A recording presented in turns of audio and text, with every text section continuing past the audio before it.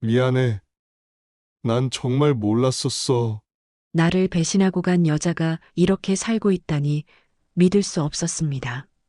도대체 지훈에게 무슨 일이 있었던 걸까요? 왜 이런 곳에서 아이들과 살고 있는 걸까요? 사연을 시작하기 전 구독과 좋아요를 눌러주시면 지금 계신 그곳에 건강과 행복이 깃들기를 기원하겠습니다. 오늘의 사연을 시작합니다. 화려한 샹들리에 불빛이 쏟아지는 연회장 안 수백 명의 하객들이 박수를 보내고 있었습니다. 무대 위에는 43세 강태호가 묵직한 크리스탈 트로피를 두 손에 들고 서 있었죠. 올해의 기업인 상, 대한민국 IT 업계에서 가장 영예로운 상이었습니다. 카메라 플래시가 쉴 새 없이 터졌고 사람들은 그의 이름을 연호했어요. 태호는 능숙하게 미소를 지으며 손을 흔들었습니다. 하지만 그 미소가 눈가까지 닿지 않는다는 것을 아는 사람은 아무도 없었죠. 트로피를 받아든 손이 차가웠습니다. 수백 개의 시선이 자신을 향하고 있는데 태호는 이상하게도 텅 빈 방에 혼자 서 있는 것 같은 기분이 들었어요. 시상식이 끝나고 축하 인사가 이어졌습니다. 태호는 사람들 사이를 빠져나와 연회장 뒤편으로 발걸음을 옮겼어요. 복도 끝에 작은 전시 공간이 보였고 후원 아동 미술 전시라는 안내판이 붙어 있었습니다. 태호는 무심코 그 안으로 들어섰습니다. 조용했어요. 벽면에는 아이들이 그린 그림들이 나란히 걸려 있었죠. 서툰 선과 알록달록한 색깔들이 어린 손끝에서 태어난 작품들이었습니다. 그의 발걸음이 한 곳에서 멈췄습니다. 희망 보육원이라는 이름표가 붙은 두 점의 그림 앞이었어요. 첫 번째 그림의 제목은 우리 아빠의 의자였습니다. 식탁에 엄마와 두 아이가 앉아 있고 그 옆에는 텅 빈 의자 하나가 그려져 있었죠. 빈 의자 위로 물음표가 떠 있었습니다. 태호의 가슴이 묘하게 저려왔어요. 두 번째 그림은 엄마를 지켜주는 별이었습니다. 밤하늘에 큰 별 하나가 빛나고 있었고 그 아래 여자와 아이 둘이 손을 잡고 서 있었어요. 아이들의 얼굴에는 환한 미소가 그려져 있었지만 엄마의 눈가에는 파란색 물방울이 맺혀 있었습니다. 태호는 그림을 가만히 들여다보았습니다.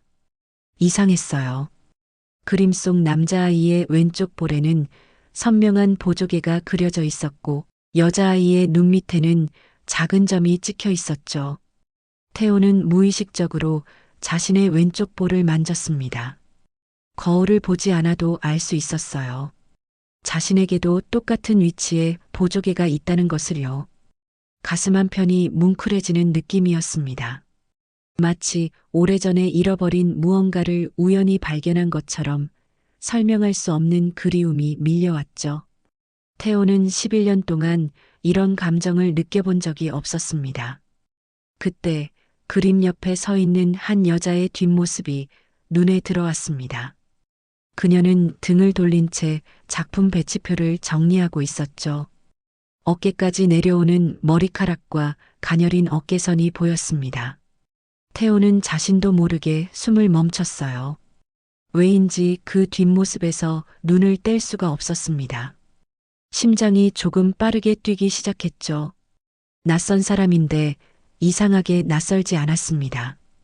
마치 아주 오래전부터 알고 있던 사람을 다시 만난 것 같은 기시감이 들었어요. 태호는 그 자리에 서서 한참을 그림과 여자의 뒷모습을 번갈아 바라보았습니다.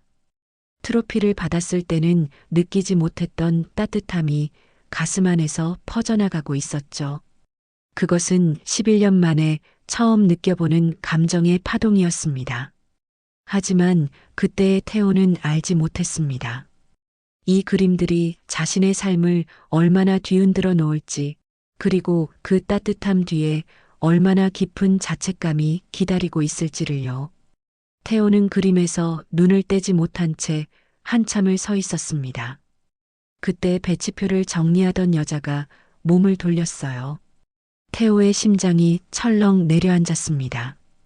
그 얼굴을 알고 있었죠. 11년 전 자신의 삶에서 사라진 그 사람이었습니다. 서지훈이었습니다. 태호는 그 자리에 얼어붙은 듯 굳어버렸어요. 지훈도 태호를 보는 순간 손에 들고 있던 서류가 바닥에 흩어졌습니다. 두 사람은 말없이 서로를 바라보았죠. 시간이 멈춘 것 같았어요. 지훈의 얼굴은 11년 전과 크게 달라지지 않았습니다.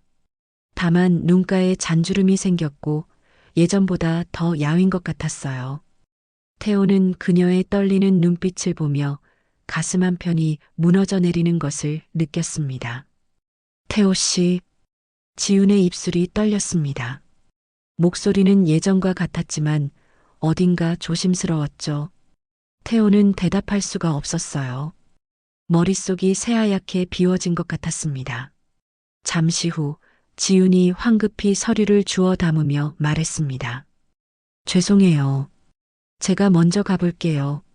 그녀는 고개를 숙인 채 전시장을 빠져나갔습니다. 태호는 그 뒷모습을 멍하니 바라보기만 했죠. 발을 떼야 하는데 몸이 말을 듣지 않았어요. 가슴 속에서 무언가가 뒤엉켜 숨쉬기가 힘들었습니다. 1시간쯤 흘렀을까요? 연회장에서는 축하 공연이 시작되었습니다. 태호는 사람들 틈에서 겉으로는 평온한 척하며 앉아 있었지만 머릿속은 계속 지훈의 얼굴로 가득했어요. 무대 위로 아이들이 올라왔습니다. 희망 보육원 어린이 합창단이라는 소개가 흘러나왔죠. 태호는 무심코 고개를 들었습니다. 그리고 그는 다시 한번 숨이 멎는 것 같은 충격을 받았어요. 무대 위에 서 있는 두 아이가 눈에 들어왔습니다. 남자아이와 여자아이, 쌍둥이처럼 보였어요. 남자아이가 환하게 웃을 때 왼쪽 볼에 보조개가 패였고 여자아이의 눈 밑에는 작은 점이 선명하게 보였습니다. 태호는 자신도 모르게 의자 팔걸이를 3개 움켜쥐었습니다. 아까 전시장에서 본 그림 속 아이들이었죠. 심장이 미친 듯이 뛰기 시작했어요. 왼쪽 볼 보조개, 눈 밑 작은 점. 그것은 태호 자신이 가진 특징이기도 했습니다. 아이들의 노래가 끝나고 박수가 터져 나왔습니다. 태호는 그 소리조차 제대로 들리지 않았어요. 무대 옆에서 아이들을 바라보는 지훈의 모습이 보였습니다. 그녀는 두 아이를 향해 부드럽게 미소 짓고 있었죠. 공연이 끝나고 태호는 자리에서 벌떡 일어났습니다. 왕 비서가 놀라서 뒤따라왔어요. 회장님, 어디 가세요? 아직 만찬이 남았는데. 먼저 나가 있어. 태호는 짧게 대답하고는 연회장을 나섰습니다. 그의 발걸음은 주차장을 향했죠. 머릿속이 복잡했어요. 지훈, 그 아이들, 그림, 보조개, 점. 모든 것이 뒤엉켜 혼란스러웠습니다. 주차장에 도착했을 때였습니다. 어둑한 불빛 아래서 지훈의 모습이 보였어요. 그녀는 두 아이의 손을 잡고 차 쪽으로 걸어가고 있었습니다. 태호는 그 뒤를 따라가려다가 멈춰섰죠. 차 앞에 한 남자가 서 있었습니다. 30대 초반으로 보이는 젊은 남자였어요. 남자는 차 문을 열어주며 지훈에게 환하게 웃었고 두 아이는 그 남자를 보며 반갑게 손을 흔들었습니다. 오빠, 오늘 우리 노래 어땠어요? 여자아이가 남자에게 묻는 소리가 들렸습니다. 남자는 아이의 머리를 쓰다듬으며 대답했죠. 최고였어, 하은아. 태호의 얼굴이 굳어졌습니다. 가슴이 쿵하고 내려앉는 것 같았어요. 지훈은 재혼을 했구나. 그 생각이 머릿속을 가득 채웠습니다. 11년이 흘렀으니 당연한 일이었죠. 하지만 그 당연함이 가슴을 짓누르는 무게는 생각보다 무거웠습니다. 차가 출발했습니다. 태호는 그 자리에 우두커니 서서 테일라이트가 멀어지는 것을 바라보았어요. 찬바람이 불었지만 태호는 그것조차 느껴지지 않았습니다. 왕 비서가 헐레벌떡 달려왔습니다. 회장님, 여기 계셨군요. 차가 준비됐습니다. 태호는 대답 없이 고개만 끄덕였습니다. 차에 올라타면서도 그의 머릿속에는 지훈과 두 아이, 그리고 그 남자의 모습이 떠나지 않았어요. 왕 비서는 조심스럽게 물었습니다. 회장님, 괜찮으세요? 얼굴이 안 좋아 보이는데. 괜찮아. 태호는 짧게 대답했지만 목소리가 조금 흔들렸습니다. 차창 밖을 바라보는 그의 눈빛은 텅 비어 있었죠. 11년 전 그가 선택했던 이혼. 그때 그는 분노와 배신감에 사로잡혀 있었습니다. 하지만 지금 그의 가슴을 채우는 것은 분노가 아니었어요. 그것은 설명할 수 없는 상실감과 후회였습니다. 왼쪽 볼 보조개를 가진 남자아이, 눈밑점을 가진 여자아이. 그 아이들이 자꾸만 눈앞에 어른거렸죠. 태호는 주먹을 쥐었습니다. 손바닥에 땀이 배어났어요. 알 수 없는 예감이 가슴을 조여왔습니다. 마치 자신이 놓쳐버린 무언가가 있다는 듯한, 돌이킬 수 없는 실수를 저질렀다는 듯한 불안감이었죠. 차는 어둠 속을 달려갔습니다. 하지만 태호의 마음속 어둠은 그보다 더 깊었습니다. 그날 밤 태호는 한숨도 자지 못했습니다. 침대에 누워서도 눈을 감을 수가 없었어요. 눈을 감으면 아이들의 얼굴이 떠올랐고 왼쪽 볼 보조개와 눈 밑점이 선명하게 보였습니다. 가슴이 답답해서 몇 번이나 자리에서 일어났죠. 새벽 4시 태호는 결국 서재로 내려갔습니다. 책상 서랍을 열고 오래된 사진 한 장을 꺼냈어요. 11년 전 지훈과 함께 찍은 결혼식 날 사진이었습니다. 사진 속 지훈은 환하게 웃고 있었고 자신도 행복해 보였죠. 태호는 사진을 한참 들여다보다가 깊은 한숨을 내쉬었습니다. 그 웃음은 이제 볼 수 없는 것이었어요. 11년 전 어머니가 보여준 증거들이 떠올랐습니다. 낯선 남자와 찍은 사진, 지훈의 계좌로 들어간 5억 원, 그리고 이혼 합의서. 그때 내가 판단을 잘못한 걸까? 태호는 중얼거렸습니다. 하지만 곧 고개를 저었어요. 증거는 명백했습니다.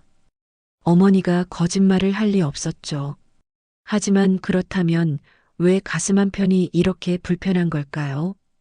다음 날 아침 태호는 왕 비서를 불렀습니다. 희망 보육원에 대해 알아봐. 왕 비서는 눈을 동그랗게 뜨며 물었습니다. 네, 보육원이요? 갑자기 왜요? 후원을 하려고. 우리 회사 AI 교육 시스템을 무상으로 지원하는 게 어떨까 싶어서. 태호는 태연하게 대답했지만 왕 비서는 뭔가 이상하다는 듯 태호를 쳐다보았어요. 회장님, 혹시 어디 아프세요? 어제부터 계속 이상하신데. 이상한 게 뭐가 이상해? 기업의 사회 환원 사업이잖아. 태호는 짜증 섞인 목소리로 말했습니다. 왕 비서는 더 이상 묻지 않고 고개를 끄덕였죠. 사흘 후 희망 보육원에 미래온의 후원 제안서가 전달되었습니다. 익명 후원이었어요. 태호는 직접 나서지 않고 재단 명의로 모든 걸 처리했습니다. 보육원 측에서는 흔쾌히 받아들였죠. 그리고 일주일 뒤 태호는 직접 보육원을 찾아갔습니다. 설치 업체 직원으로 변장한 채였어요. 검은색 작업복을 입고 모자를 깊게 눌렀었습니다. 왕 비서는 차 안에서 불안한 표정으로 태호를 바라보았어요. 회장님, 정말 직접 가셔야 해요? 제가 대신 갈게요. 됐어. 나도 현장 점검 좀 해야지. 태호는 차에서 내렸습니다. 심장이 빠르게 뛰었어요. 왜 이러는지 자신도 잘 몰랐습니다. 그냥 그 아이들을 한 번 더 보고 싶었죠. 보육원 정문에 들어서자 60대쯤 되어 보이는 경비원이 다가왔습니다. 어디서 오셨어요? 미래온 재단에서 나왔습니다. AI 교육 시스템 설치하러요. 태호는 신분증을 보여주며 말했습니다. 경비원은 의심스러운 눈초리로 태호를 위아래로 훑어보더니 중얼거렸어요. 요새 이상한 사람들이 많아서 말이야. 조심해야 된다고. 네, 알겠습니다. 태호는 고개를 숙이고 안으로 들어갔습니다. 복도를 걷다가 아이들 웃음소리가 들려왔어요. 태호는 그 소리에 이끌려 창문 쪽으로 다가갔습니다. 운동장에서 아이들이 뛰어놀고 있었습니다. 그 중에서 쌍둥이 남매가 보였어요. 민준이와 하은이였습니다. 두 아이는 공을 주고받으며 제잘거리고 있었죠. 태호는 숨을 죽이고 그 모습을 바라보았습니다.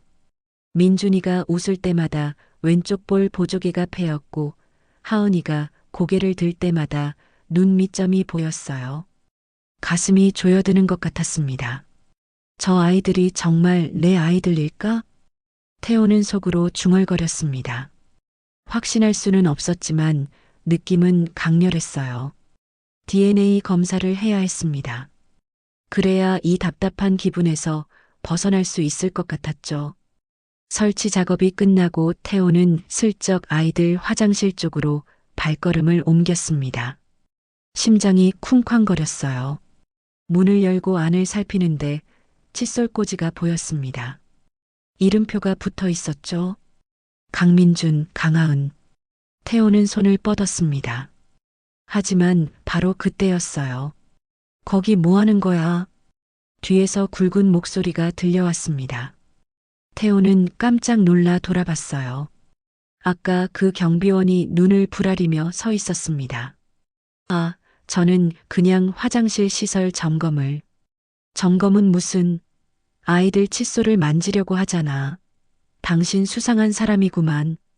경비원의 목소리가 커졌습니다. 태호는 당황해서 손을 들었어요. 오해십니다. 저는 정말 설치업체에서 애인 요새 변태들이 온갖 수법을 다 쓴다니까. 원장님한테 말씀드려야겠어. 경비원은 태호의 팔을 붙잡으려 했습니다. 태호는 재빨리 몸을 돌려 복도로 나왔어요. 얼굴이 화끈거렸습니다. 이게 무슨 꼴인가 싶었죠. 아저씨, 잠깐만요. 오해예요. 태호는 황급히 설명했지만 경비원은 계속 따라왔습니다. 오해는 무슨, 당신 같은 사람 한둘 봤나? 아이들한테 손 떼려고 하는 거 뻔히 보여.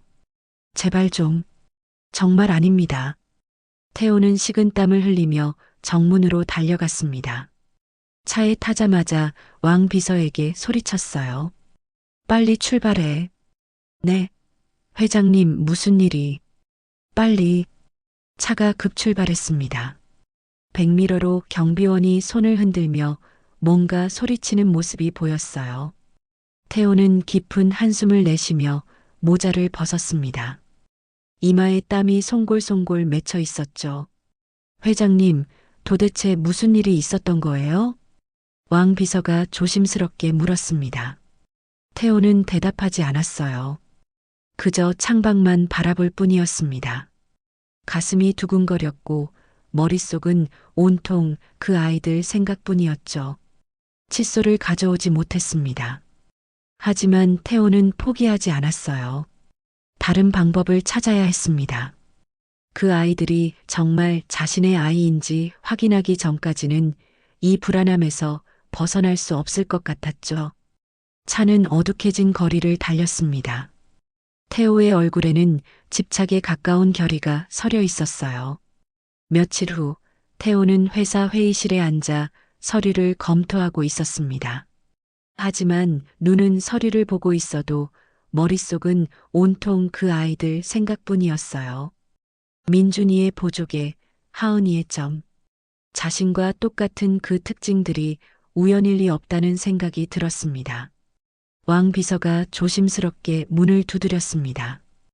회장님, 내일 일정 확인하시겠어요? 응, 들어와. 태호는 고개를 들었습니다. 왕 비서는 태블릿을 들고 들어오더니 태호의 얼굴을 유심히 살폈어요. 회장님, 요새 얼굴이 많이 안 좋으신데 혹시 어디 편찮으세요? 괜찮아. 그냥 좀 피곤해서. 태호는 짧게 대답했지만 왕 비서는 걱정스러운 표정을 거두지 않았습니다. 며칠 전 보육원에서 도망치듯 나온 일 이후로 회장님의 상태가 점점 이상해지고 있었거든요. 회장님, 그때 보육원에서 무슨 일 있었던 거 아니에요? 그 뒤로 계속 이상하시잖아요. 왕 비서가 용기를 내서 물었습니다. 태호는 한참을 망설이다가 입을 열었어요. 왕 비서, 너 사설 탐정 같은 거 아는 사람 없어? 네. 사설 탐정이요? 왕 비서의 눈이 동그래졌습니다. 태호는 고개를 끄덕였죠. DNA 검사를 해야 하는데 조용히 처리해 줄 사람이 필요해. 회장님, 설마 불륜조사 같은 거 하시려는 건 아니죠? 왕 비서가 깜짝 놀라서 물었습니다. 태호는 피식 웃었어요. 불륜은 무슨 개인적인 일이야. 알아봐줘. 네, 알겠습니다. 왕 비서는 여전히 의아한 표정이었지만 더 이상 묻지 않았습니다. 태호는 다시 창밖을 바라보았어요. 11년 전 일이 자꾸 떠올랐습니다. 그때 어머니가 보여준 사진들이 생생했습니다. 지훈이 낯선 남자와 카페에 앉아 있는 모습, 그리고 통장에 입금된 5억 원. 어머니는 단호하게 말했었죠. 태호야, 그 여자가 돈 챙겨서 바람 피운 거야. 이혼하는 게 나아. 태호는 그때 분노로 눈이 멀었습니다. 사랑했던 아내가 자신을 배신했다는 생각에 견딜 수가 없었어요. 어머니가 준비한 이혼 합의서에 서명했고 지우는 아무 말 없이 그 서류를 받아들었습니다. 왜 변명도 안 했을까? 태호는 속으로 중얼거렸습니다. 지우는 그저 눈물만 흘렸을 뿐 한마디 해명도 하지 않았어요. 그 모습이 오히려 죄책감의 증거처럼 느껴졌었죠. 하지만 지금 생각해보니 이상했습니다. 정말로 바람을 피웠다면 왜 그렇게 슬퍼했을까요? 일주일 뒤 왕 비서가 사설 탐정 연락처를 가져왔습니다. 태호는 곧바로 만남을 잡았어요. 조용한 카페에서 50대 중반의 탐정을 만났습니다. 강태호라고 합니다. 제 신분은 철저히 비밀로 해주셨으면 합니다. 물론이죠. 저희는 의뢰인 보호가 최우선입니다. 탐정은 고개를 끄덕이며 메모를 꺼냈습니다. 태호는 숨을 깊이 들이마셨어요. 희망 보육원에 있는 쌍둥이 남매의 DNA 샘플을 구해주실 수 있나요? DNA 샘플이요? 그건 불법이 될 수도 있는데요.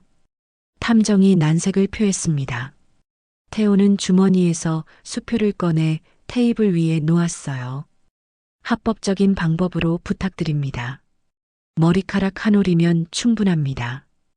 탐정은 수표를 보더니 천천히 고개를 끄덕였습니다.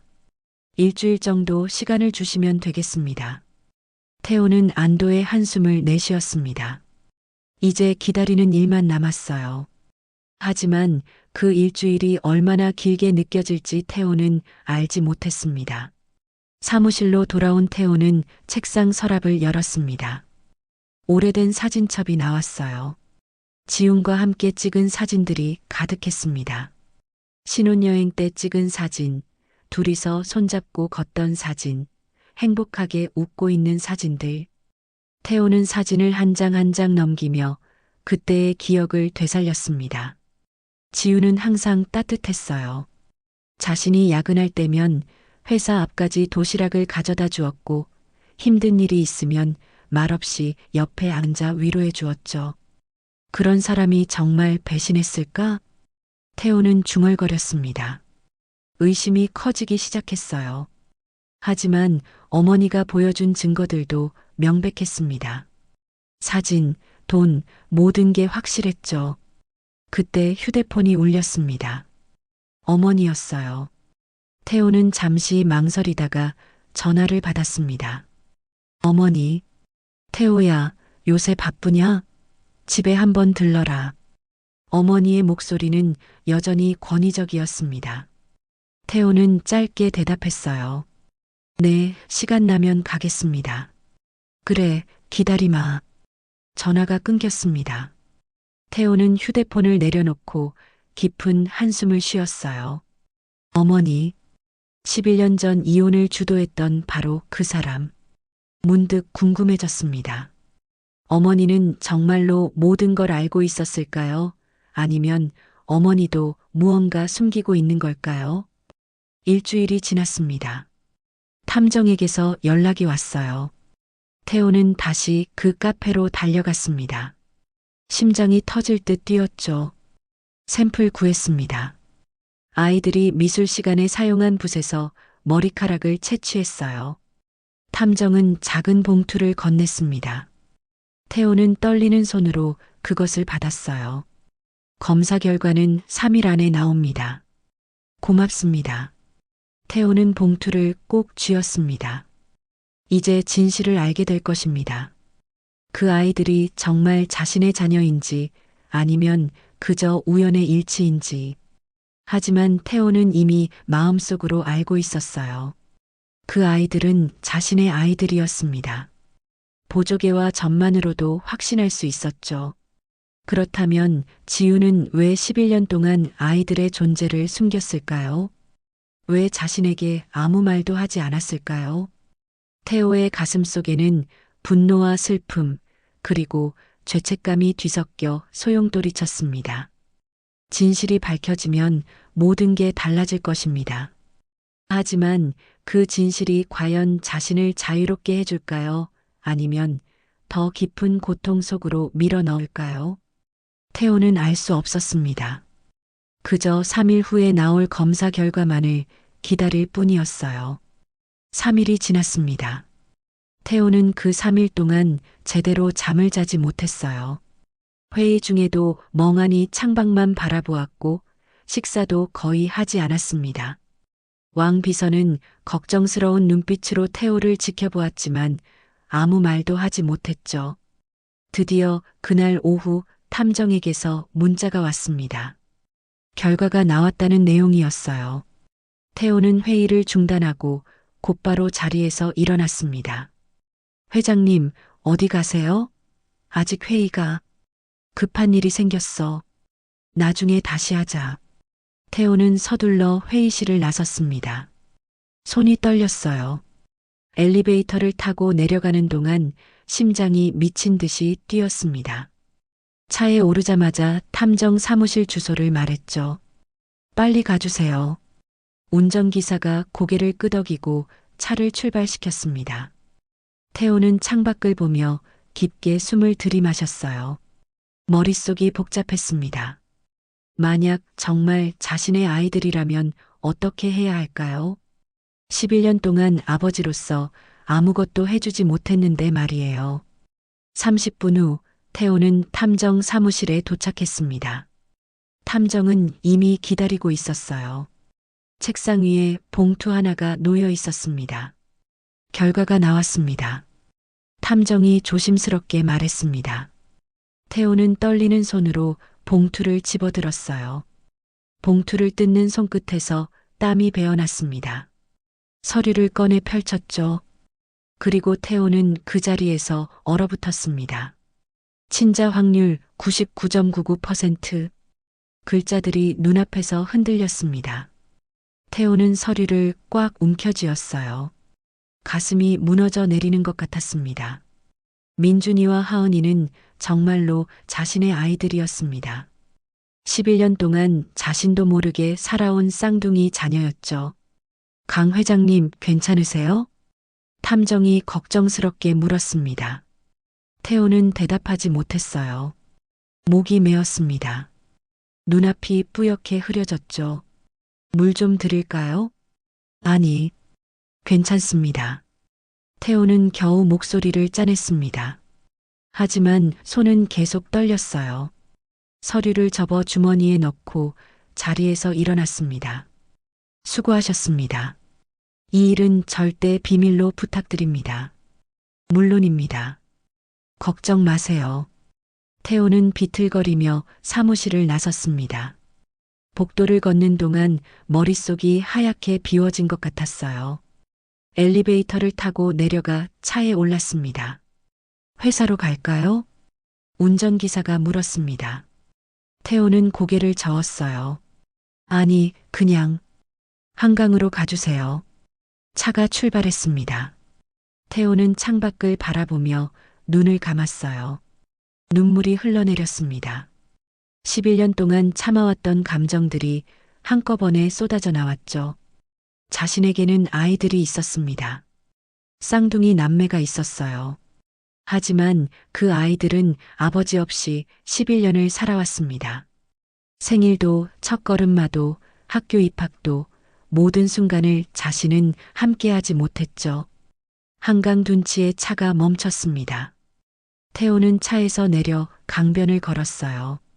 차가운 바람이 얼굴을 스쳤지만 눈물은 멈추지 않았습니다.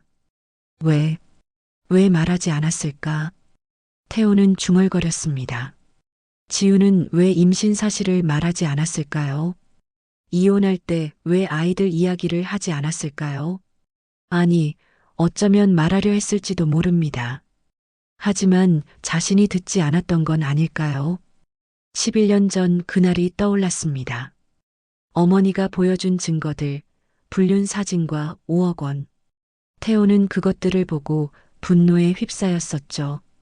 지훈의 말은 듣지도 않고 이혼 서류에 서명했습니다. 내가 바보였구나. 태호는 무릎을 꿇었습니다. 손으로 얼굴을 감쌌어요. 가슴이 너무 아팠습니다. 자신의 어리석음이, 성급했던 판단이 얼마나 큰 실수였는지 이제야 깨달았죠. 한참을 그렇게 앉아 있었습니다. 해가 지고 어둠이 내려왔어요. 태호는 천천히 일어나 차로 돌아갔습니다. 눈은 빨갛게 충혈되어 있었고 얼굴은 창백했죠. 회장님, 괜찮으세요? 운전기사가 놀라서 물었습니다. 태호는 고개를 끄덕이며 뒷좌석에 올랐어요. 집으로 가주세요. 차가 출발했습니다. 태호는 주머니에서 검사 결과지를 꺼내 다시 한번 펼쳤어요.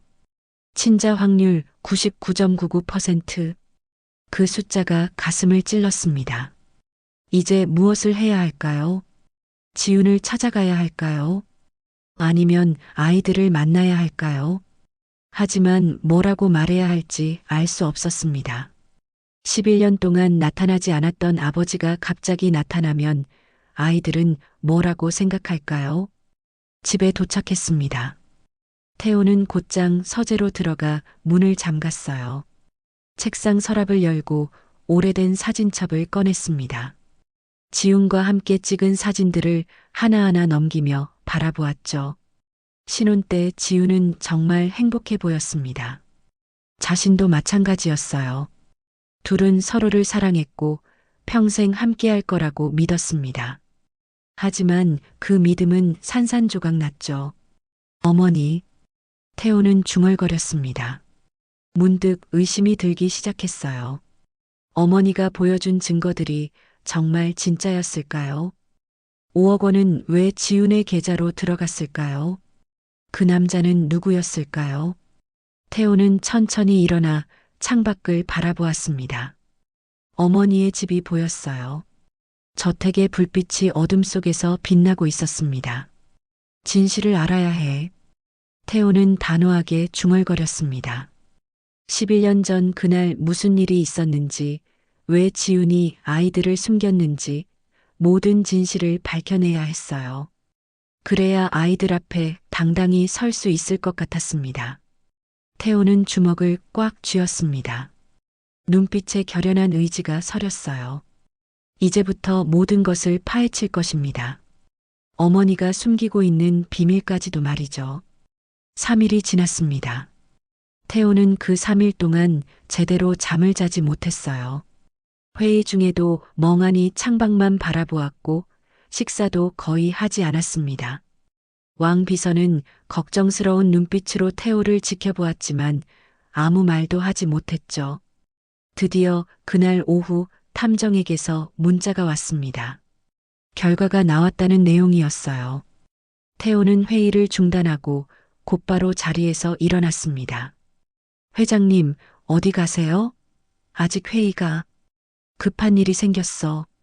나중에 다시 하자. 태호는 서둘러 회의실을 나섰습니다. 손이 떨렸어요. 엘리베이터를 타고 내려가는 동안 심장이 미친 듯이 뛰었습니다. 차에 오르자마자 탐정 사무실 주소를 말했죠. 빨리 가주세요. 운전기사가 고개를 끄덕이고 차를 출발시켰습니다. 태호는 창밖을 보며 깊게 숨을 들이마셨어요. 머릿속이 복잡했습니다. 만약 정말 자신의 아이들이라면 어떻게 해야 할까요? 11년 동안 아버지로서 아무것도 해주지 못했는데 말이에요. 30분 후 태호는 탐정 사무실에 도착했습니다. 탐정은 이미 기다리고 있었어요. 책상 위에 봉투 하나가 놓여 있었습니다. 결과가 나왔습니다. 탐정이 조심스럽게 말했습니다. 태호는 떨리는 손으로 봉투를 집어들었어요. 봉투를 뜯는 손끝에서 땀이 배어났습니다. 서류를 꺼내 펼쳤죠. 그리고 태호는 그 자리에서 얼어붙었습니다. 친자 확률 99.99%. 글자들이 눈앞에서 흔들렸습니다. 태호는 서류를 꽉 움켜쥐었어요. 가슴이 무너져 내리는 것 같았습니다. 민준이와 하은이는 정말로 자신의 아이들이었습니다. 11년 동안 자신도 모르게 살아온 쌍둥이 자녀였죠. 강 회장님 괜찮으세요? 탐정이 걱정스럽게 물었습니다. 태호는 대답하지 못했어요. 목이 메었습니다. 눈앞이 뿌옇게 흐려졌죠. 물 좀 드릴까요? 아니, 괜찮습니다. 태호는 겨우 목소리를 짜냈습니다. 하지만 손은 계속 떨렸어요. 서류를 접어 주머니에 넣고 자리에서 일어났습니다. 수고하셨습니다. 이 일은 절대 비밀로 부탁드립니다. 물론입니다. 걱정 마세요. 태호는 비틀거리며 사무실을 나섰습니다. 복도를 걷는 동안 머릿속이 하얗게 비워진 것 같았어요. 엘리베이터를 타고 내려가 차에 올랐습니다. 회사로 갈까요? 운전기사가 물었습니다. 태호는 고개를 저었어요. 아니, 그냥 한강으로 가주세요. 차가 출발했습니다. 태호는 창밖을 바라보며 눈을 감았어요. 눈물이 흘러내렸습니다. 11년 동안 참아왔던 감정들이 한꺼번에 쏟아져 나왔죠. 자신에게는 아이들이 있었습니다. 쌍둥이 남매가 있었어요. 하지만 그 아이들은 아버지 없이 11년을 살아왔습니다. 생일도, 첫걸음마도, 학교 입학도, 모든 순간을 자신은 함께하지 못했죠. 한강 둔치에 차가 멈췄습니다. 태호는 차에서 내려 강변을 걸었어요. 차가운 바람이 얼굴을 스쳤지만 눈물은 멈추지 않았습니다. 왜 말하지 않았을까? 태호는 중얼거렸습니다. 지우는 왜 임신 사실을 말하지 않았을까요? 이혼할 때 왜 아이들 이야기를 하지 않았을까요? 아니, 어쩌면 말하려 했을지도 모릅니다. 하지만 자신이 듣지 않았던 건 아닐까요? 11년 전 그날이 떠올랐습니다. 어머니가 보여준 증거들, 불륜 사진과 5억 원. 태호는 그것들을 보고 분노에 휩싸였었죠. 지훈의 말은 듣지도 않고 이혼 서류에 서명했습니다. 내가 바보였구나. 태호는 무릎을 꿇었습니다. 손으로 얼굴을 감쌌어요. 가슴이 너무 아팠습니다. 자신의 어리석음이, 성급했던 판단이 얼마나 큰 실수였는지 이제야 깨달았죠. 한참을 그렇게 앉아 있었습니다. 해가 지고 어둠이 내려왔어요. 태호는 천천히 일어나 차로 돌아갔습니다. 눈은 빨갛게 충혈되어 있었고 얼굴은 창백했죠. 회장님 괜찮으세요? 운전기사가 놀라서 물었습니다. 태호는 고개를 끄덕이며 뒷좌석에 올랐어요. 집으로 가주세요. 차가 출발했습니다. 태호는 주머니에서 검사 결과지를 꺼내 다시 한번 펼쳤어요. 친자 확률 99.99%. 그 숫자가 가슴을 찔렀습니다. 이제 무엇을 해야 할까요? 지훈을 찾아가야 할까요? 아니면 아이들을 만나야 할까요? 하지만 뭐라고 말해야 할지 알 수 없었습니다. 11년 동안 나타나지 않았던 아버지가 갑자기 나타나면 아이들은 뭐라고 생각할까요? 집에 도착했습니다. 태호는 곧장 서재로 들어가 문을 잠갔어요. 책상 서랍을 열고 오래된 사진첩을 꺼냈습니다. 지훈과 함께 찍은 사진들을 하나하나 넘기며 바라보았죠. 신혼 때 지훈은 정말 행복해 보였습니다. 자신도 마찬가지였어요. 둘은 서로를 사랑했고 평생 함께할 거라고 믿었습니다. 하지만 그 믿음은 산산조각 났죠. 어머니, 태호는 중얼거렸습니다. 문득 의심이 들기 시작했어요. 어머니가 보여준 증거들이 정말 진짜였을까요? 5억 원은 왜 지훈의 계좌로 들어갔을까요? 그 남자는 누구였을까요? 태호는 천천히 일어나 창밖을 바라보았습니다. 어머니의 집이 보였어요. 저택의 불빛이 어둠 속에서 빛나고 있었습니다. 진실을 알아야 해. 태호는 단호하게 중얼거렸습니다. 11년 전 그날 무슨 일이 있었는지, 왜 지훈이 아이들을 숨겼는지 모든 진실을 밝혀내야 했어요. 그래야 아이들 앞에 당당히 설 수 있을 것 같았습니다. 태호는 주먹을 꽉 쥐었습니다. 눈빛에 결연한 의지가 서렸어요.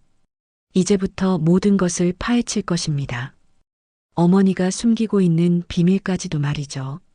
다음 날 아침 태호는 일찍 회사에 출근했습니다. 어젯밤 한숨도 자지 못했지만 눈빛만은 또렷했어요. 왕 비서를 불러 조용히 지시를 내렸습니다. 11년 전 내 이혼 관련 서류들 있잖아.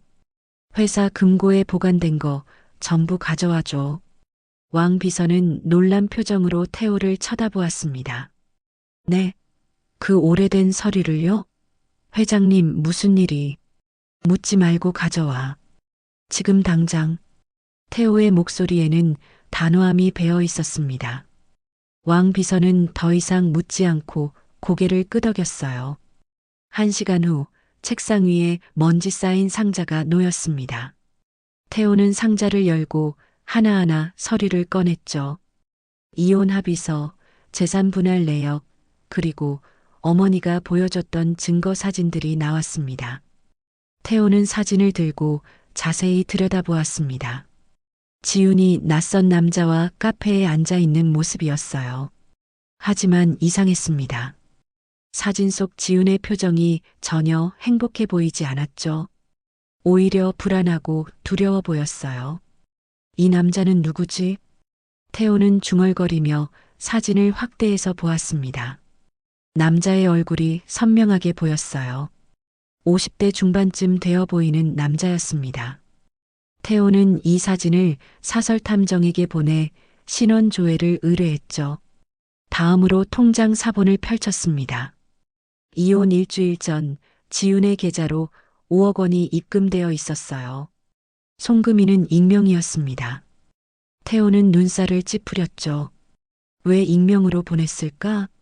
불륜 상대였다면 당당하게 보냈을 텐데. 의문이 꼬리를 물었습니다. 태호는 회계팀에 연락해 11년 전 자신의 계좌 내역도 조회했어요. 혹시 자신의 계좌에서 빠져나간 돈은 없는지 확인하고 싶었습니다. 결과는 1시간 후에 나왔습니다. 이상한 점이 발견됐어요. 이혼 2주일 전 자신의 비자금 계좌에서 5억 원이 인출되어 있었습니다. 태호는 그 사실을 까맣게 잊고 있었죠. 이게 뭐지? 태호는 당시 어머니가 회사 자금 정리를 도와준다며 비자금 계좌 관리를 맡았던 게 기억났습니다. 심장이 빠르게 뛰기 시작했어요. 설마 하는 생각이 머릿속을 스쳤습니다. 그날 저녁 태호는 어머니 저택을 찾아갔습니다. 오랜만에 방문이었어요.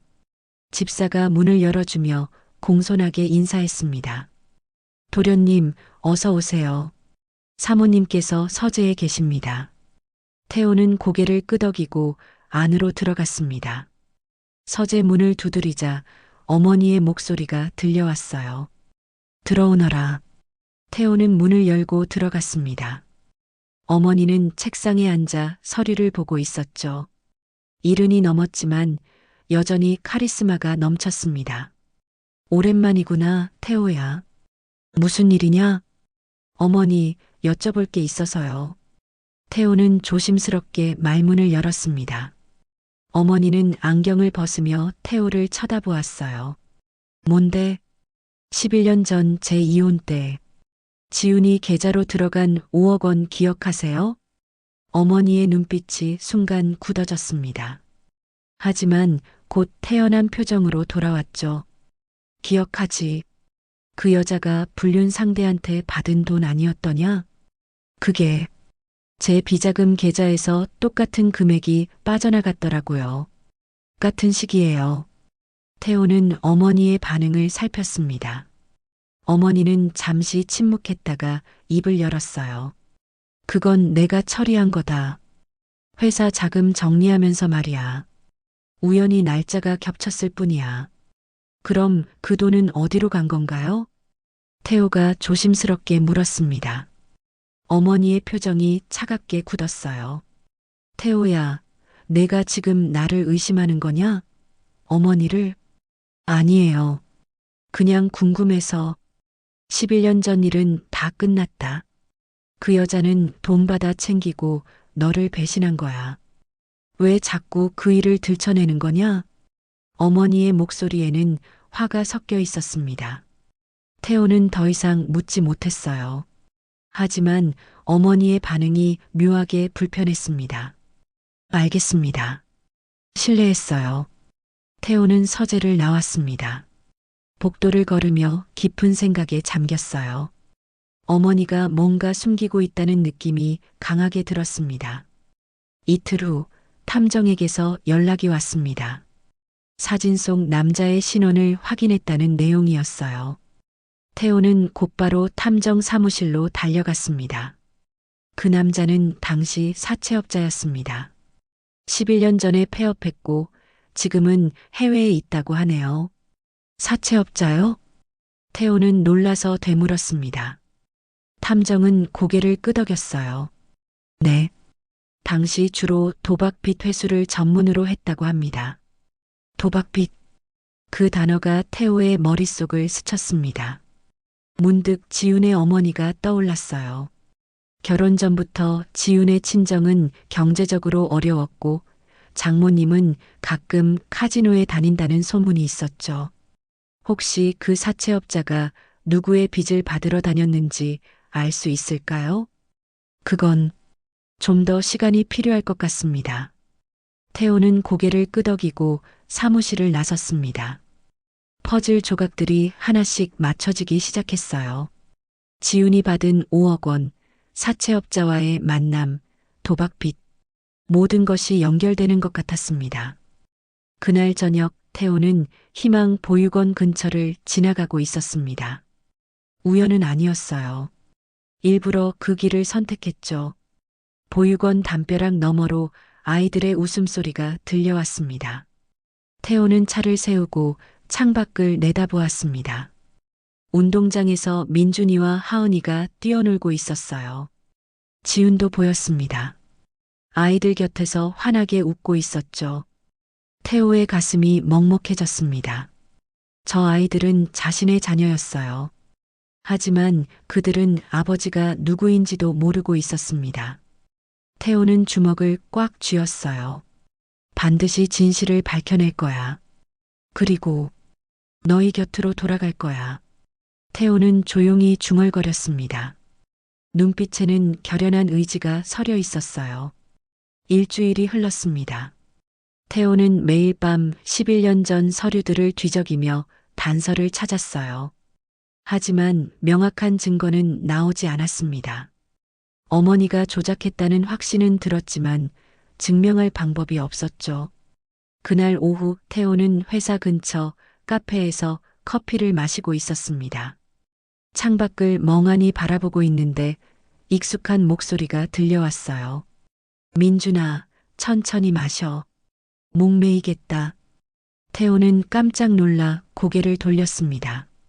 카페 입구에서 지훈이 두 아이의 손을 잡고 들어오고 있었어요. 심장이 쿵 하고 내려앉았습니다. 태호는 재빨리 신문을 들어 얼굴을 가렸죠. 지훈과 아이들은 태호가 앉은 곳에서 두 테이블 떨어진 자리에 앉았습니다. 태호는 신문 너머로 그들을 조심스럽게 바라보았어요. 가슴이 미친 듯이 뛰었습니다. 엄마, 나 초코 케이크 먹어도 돼? 하은이가 밝은 목소리로 물었습니다. 지우는 부드럽게 웃으며 고개를 끄덕였어요. 그래, 오늘은 특별한 날이니까. 무슨 날인데요? 민준이가 고개를 갸우뚱하며 물었습니다. 지우는 잠시 망설이다가 조용히 대답했어요. 너희 아빠 생일이야. 태호는 숨이 멎는 것 같았습니다. 오늘이 자신의 생일이라는 것을 까맣게 잊고 있었어요. 11년이 지났는데도 지우는 자신의 생일을 기억하고 있었습니다. 아빠는 어디 계세요? 왜 우리랑 같이 안 살아요? 하은이가 작은 목소리로 물었습니다. 태호의 가슴이 찢어지는 것 같았어요. 지우는 잠시 말을 잇지 못하다가 아이의 머리를 쓰다듬었습니다. 아빠는 먼 곳에 계셔. 하지만 분명히 너희를 사랑하실 거야. 그럼 언제 만날 수 있어요? 민준이가 물었습니다. 지훈의 눈가가 붉어졌어요. 하지만 억지로 웃으며 대답했습니다. 언젠가는 만날 수 있을 거야. 태호는 신문을 꽉 쥐었습니다. 손이 떨렸어요. 눈물이 차오르는 것을 겨우 참았습니다. 아이들은 자신이 바로 옆에 있는 줄도 모른 채 아버지를 그리워하고 있었죠. 잠시 후 지훈의 휴대폰이 울렸습니다. 지훈은 전화를 받았어요. 네, 원장님. 지금 잠깐 나와 있는데. 네, 지금요? 알겠습니다. 바로 가겠습니다. 지훈은 전화를 끊고 아이들에게 말했습니다. 애들아, 미안한데 엄마가 급한 일이 생겼어. 케이크 포장해서 보육원 가서 먹자. 네, 엄마. 아이들은 고개를 끄덕였습니다. 지우는 서둘러 카운터로 가서 케이크를 포장해달라고 했어요. 태호는 그 모습을 지켜보다가 조용히 자리에서 일어났습니다. 지훈 일행이 카페를 나가자 태호도 뒤따라 나왔습니다. 하지만 멀찍이 떨어져서 따라갔어요. 지훈과 아이들은 택시를 탔고 태호는 자신의 차로 돌아가 그 뒤를 쫓았습니다. 택시가 멈춘 곳은 희망 보육원이 아니었습니다. 한적한 주택가의 낡은 빌라 앞이었어요. 지훈과 아이들이 내려 2층으로 올라가는 것이 보였습니다. 여기가 지훈이 사는 곳인가? 태호는 중얼거렸습니다. 빌라는 오래되고 낡아 보였어요. 페인트가 벗겨진 외벽, 삐걱거리는 계단. 태호의 가슴이 먹먹해졌습니다. 차에서 내려 빌라 앞까지 다가갔습니다. 2층 창문으로 불빛이 새어나오고 있었어요. 아이들의 웃음소리가 희미하게 들렸습니다. 태호는 그 소리를 들으며 한참을 서 있었죠. 바로 그때였습니다. 누군가 태호의 어깨를 툭 쳤어요. 태호는 깜짝 놀라 돌아봤습니다. 50대 여자가 서 있었습니다. 낯익은 얼굴이었어요. 도련님, 맞으시죠? 여자가 조심스럽게 물었습니다. 태호는 그 얼굴을 기억해냈어요. 어머니의 비서였던 사람이었습니다. 11년 전 퇴사한 그 비서였죠. 당신, 김 비서 아니었나요? 네, 맞습니다. 오랜만입니다, 도련님. 김 비서는 고개를 숙여 인사했습니다. 태호는 놀라움을 감추지 못했어요. 여기서 뭐 하세요? 설마, 지훈 씨 근처에 살아요. 우연히 도련님을 봐서. 김 비서는 잠시 망설이다가 작은 목소리로 말했습니다. 도련님, 혹시 시간 괜찮으시면 할 말이 있어요. 11년 전 일에 대해서요. 태호의 심장이 빠르게 뛰기 시작했습니다. 김 비서의 표정은 진지했어요. 무언가 중요한 이야기를 하려는 것 같았습니다. 지금 말씀하시죠. 여기선 안 돼요. 제 집으로 가시죠. 바로 앞 건물입니다. 태호는 고개를 끄덕이고 김 비서를 따라갔습니다. 김 비서의 집은 지훈이 사는 빌라 바로 옆 건물 1층이었어요.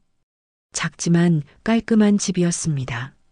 김 비서는 태호에게 차를 권하며 말을 꺼냈습니다. 도련님, 제가 11년 전에 퇴사한 이유를 아세요? 아니요. 갑자기 그만두셨다고만 들었어요.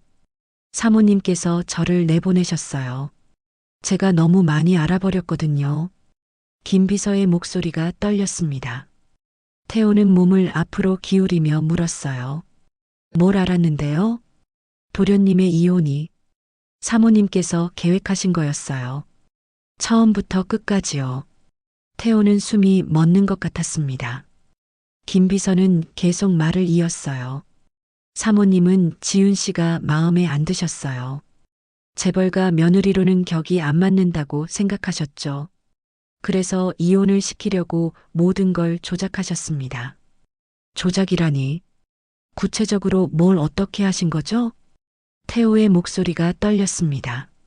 김 비서는 깊은 한숨을 쉬었어요.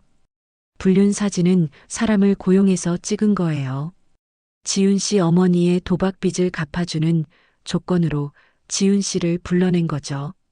그리고 5억 원도 도련님 비자금 계좌에서 빼서 지훈 씨 계좌로 넣으신 겁니다. 태호는 주먹을 꽉 쥐었습니다. 온몸이 떨렸어요. 분노가 치솟아 올랐습니다. 그런데 왜 이제야 말씀하시는 거죠? 죄송합니다. 사모님이 저를 협박하셨어요. 입 다물지 않으면 제 가족을 해치겠다고. 그래서 도망치듯 퇴사했죠. 하지만 11년 동안 양심의 가책에 시달렸습니다. 김 비서의 눈에 눈물이 맺혔습니다. 태호는 깊게 숨을 들이마셨어요. 증거가 있나요? 어머니가 정말 그랬다는 증거요. 김 비서는 잠시 망설이다가 방으로 들어갔습니다. 곧 낡은 파일 하나를 들고 나왔어요. 이건 당시 제가 몰래 복사해둔 서류들입니다. 사모님의 지시사항, 금전거래 내역, 그리고 계약서 초안들이 있어요. 태호는 떨리는 손으로 파일을 받았습니다. 펼쳐보니 어머니의 필체로 쓰인 메모들이 있었어요. 지훈 제거 계획, 비자금 이체 일정, 사채업자 섭외. 모든 것이 명백한 증거였습니다. 태호의 눈에서 눈물이 흘러내렸습니다. 분노와 슬픔이 뒤섞인 감정이었어요. 어머니가 모든 것을 조작했고 자신은 그 거짓말에 속아 지훈을 버렸던 겁니다. 도련님, 정말 죄송합니다. 진작 말씀드렸어야 했는데. 괜찮습니다. 이제라도 말씀해 주셔서 고맙습니다. 태호는 파일을 꽉 안았습니다. 이제 진실을 알았어요. 하지만 그 진실은 너무나 무거웠습니다. 김 비서의 집을 나온 태호는 차에 올라 한참을 앉아 있었습니다. 손에 든 파일이 무겁게 느껴졌어요. 11년간의 거짓말이 모두 담긴 증거였습니다. 어머니가 모든 것을 조작했다는 명백한 증거였죠. 파일 속 서류들을 한 장 한 장 넘기며 태호는 입술을 깨물었어요. 어머니의 필체로 쓰인 메모들, 금전 거래 내역, 사채업자와의 계약서, 모든 것이 치밀하게 계획된 범죄였습니다. 왕 비서, 태호가 조용히 불렀습니다. 조수석에 앉아있던 왕 비서가 고개를 돌렸어요. 내일부터 어머니 댁 출입을 삼가겠다고 전해줘. 왕 비서는 놀란 표정으로 태호를 쳐다보았지만 태호의 차가운 표정에 더 이상 묻지 않고 고개를 끄덕였습니다. 다음 날 오전 회사에서 업무를 보던 태호에게 어머니한테서 전화가 왔습니다. 태호는 휴대폰 화면을 오랫동안 바라보다가 전화를 받지 않았어요. 진동이 멈추자 곧이어 문자 알림이 울렸습니다. 당장 집으로 오라는 짧지만 명령조의 문자였어요. 태호는 휴대폰을 책상 위에 내려놓았습니다. 가슴속에서 분노가 끓어올랐지만 겉으로는 평온함을 유지했어요. 오후가 되자 어머니가 직접 회사로 찾아왔습니다. 비서실을 거치지 않고 곧장 태호의 사무실 문을 열고 들어왔어요. 구두 굽소리가 날카롭게 울렸습니다. 태호는 서류를 보다가 천천히 고개를 들었어요. 어머니는 문을 쾅 닫으며 태호를 노려보았습니다. 태호야, 내가 요새 이상한 짓 하고 다닌다며? 어머니의 목소리에는 차가운 분노가 서려 있었습니다. 태호는 침착하게 대답했어요. 김 비서를 만났습니다. 태호는 책상 서랍을 열고 김 비서에게 받은 파일을 꺼냈습니다. 책상 위에 툭 놓으며 말했어요. 11년 전 일 말입니다. 어머니께서 제 이혼을 조작하셨죠. 어머니의 얼굴이 굳어졌습니다. 하지만 곧 냉소를 지으며 물었어요. 그래서 그걸 어쩌겠다는 거냐? 지훈에게 사과하고 아이들을 만나려고 합니다. 태호는 단호하게 말했습니다. 어머니는 비웃듯 웃었어요. 아이들? 무슨 아이들? 제 아이들입니다. 쌍둥이요. DNA 검사까지 했습니다. 어머니의 눈빛이 차갑게 변했습니다. 잠시 침묵이 흘렀어요. 사무실 안에는 긴장감이 팽팽하게 흘렀습니다. 어머니는 천천히 입을 열었어요. 그래, 알고 있었어. 임신도 출산도 다 알았지. 태호는 숨이 멎는 것 같았습니다. 어머니는 계속 말했어요. 그래서 더 확실하게 정리했어. 그 여자가 너한테 못 오게 말이야. 뭘 어떻게 하신 겁니까? 태호의 목소리가 떨렸습니다. 어머니는 가방에서 서류 봉투를 꺼내 책상 위에 던졌어요. 친묵 계약서야. 그 여자가 직접 서명했어. 태호는 떨리는 손으로 봉투를 열었습니다. 안에는 계약서가 들어 있었어요. 지훈의 서명이 선명했습니다. 내용을 읽어 내려가던 태호의 얼굴이 창백해졌죠. 계약서에는 지훈이 아이들의 존재를 태호에게 알리지 않겠다는 조항이 있었습니다. 태호와 일체 접촉하지 않겠다는 조항도 있었어요. 그리고 만약 이를 어길 시 형사 고발하겠다는 협박이 담겨 있었습니다. 고발 내용은 횡령과 배임이었어요. 이게 무슨 소리입니까? 어머니는 냉정하게 설명했습니다. 지훈의 친정어머니 도박 빚을 대신 갚아줬다고 했어요. 5억 원을요. 하지만 서류상으로는 지훈이 회사 돈을 빼돌린 것처럼 만들어뒀다고 했습니다. 증거도 완벽하게 조작해놨다고요. 그 여자는 겁에 질려 서명했어. 아이들 지키려면 입 다물어야 했으니까. 태호는 주먹을 꽉 쥐었습니다. 손톱이 손바닥을 파고들었지만 아픔을 느끼지 못했어요. 어머니는 차갑게 웃었습니다. 태호야, 내가 뭘 하든 소용없어. 어머니, 어떻게 이러실 수가. 태호의 목소리가 갈라졌습니다. 어머니는 한숨을 쉬며 말했어요. 너를 위해서야. 이제 그만 잊어. 제가 사랑했던 사람이었습니다. 태호가 소리쳤습니다. 어머니는 차갑게 쳐다보다가 몸을 돌렸어요. 생각 잘해봐. 그 여자 찾아가면 감옥 가는 거야. 어머니는 사무실을 나갔습니다. 태호는 그 자리에 주저앉았어요. 머리를 감싸쥐었습니다. 진실을 알았지만 어떻게 할 수 없는 상황이었죠. 지훈을 찾아가면 어머니는 지훈을 고발할 것입니다. 조작된 증거들이 있으니 지훈은 억울하게 감옥에 갈 수도 있었어요. 하지만 가만히 있으면 아이들은 영영 아버지 없이 자라게 될 것입니다. 태호는 책상을 주먹으로 쳤습니다.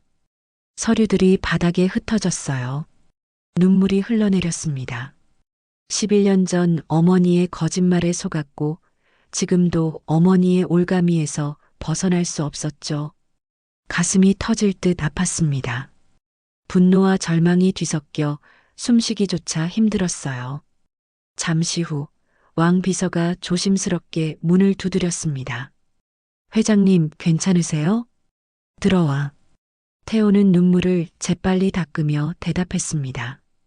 왕 비서가 들어와 바닥에 흩어진 서류들을 보며 놀란 표정을 지었어요.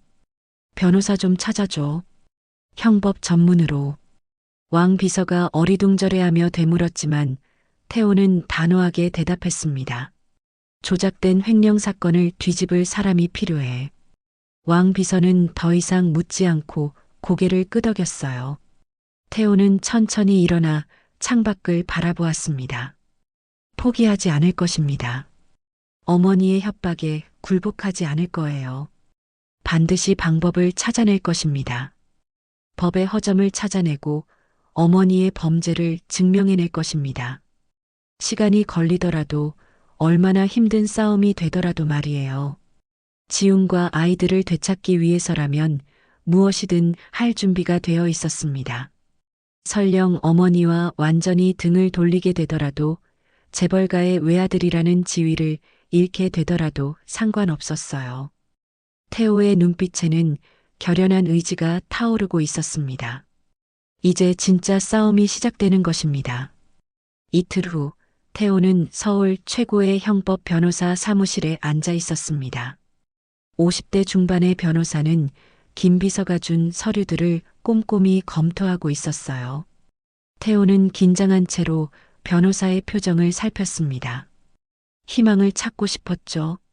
하지만 변호사의 얼굴은 점점 어두워지고 있었어요.